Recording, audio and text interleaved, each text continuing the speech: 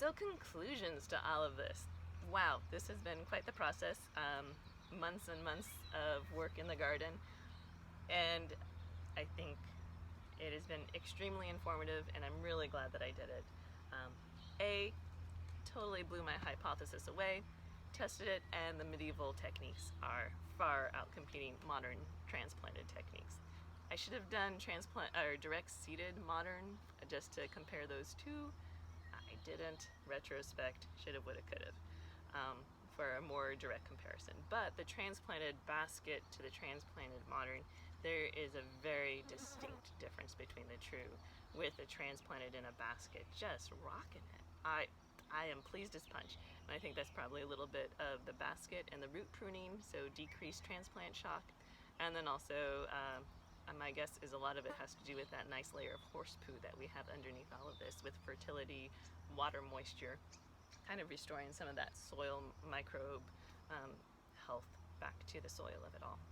In comparison to the ones that are growing in my hoop house, these are actually shorter. They're not as elongated, so I don't know if that's a product of the hoop house environment or if it's more because of light. This bed does get about 3 more hours of light than the one where my hoop house is.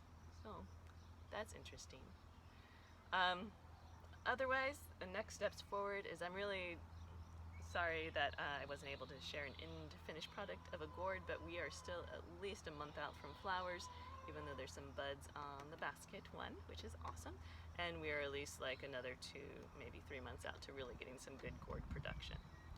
With that, some other techniques that would be fun to explore with gourd production is there's talk about molding, using different types of clay or wooden molds to grow the gourds either through or around, and kind of exploring that aspect of kind of shaping and molding, which is, I think, a testament to how growing gourds, at least in this technique, is very much more middle to upper class techniques.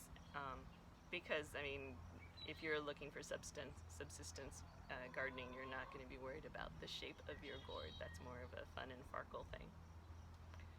And then with the cooking, I really look forward to seeing how the gourds produce in seasonality with the cucumbers. There's one recipe from the Livre de Fort that Kinabala translates as white gourds and yellow cucumbers.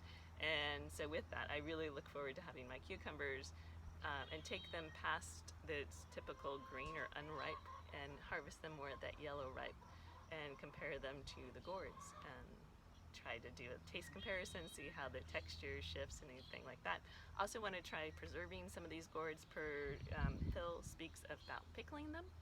So that'll be fun, and hopefully I'll have some nice sized gourds to do some craft projects, like, you know, this dipper gourd for a dipper, or the bottle gourds for bottles. That'll be really fun. Make some pilgrim flasks out of that.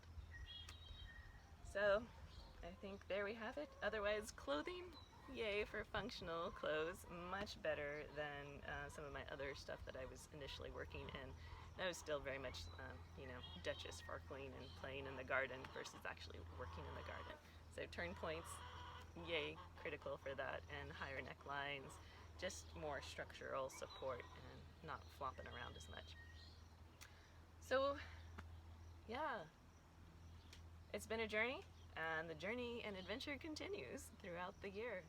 So thank you all for your time, and I look forward to sharing next steps. I'll just keep adding videos to this playlist. All right, take care, and I hope you get some dirt under your fingernails, because that's been really good of late. All right, bye-bye.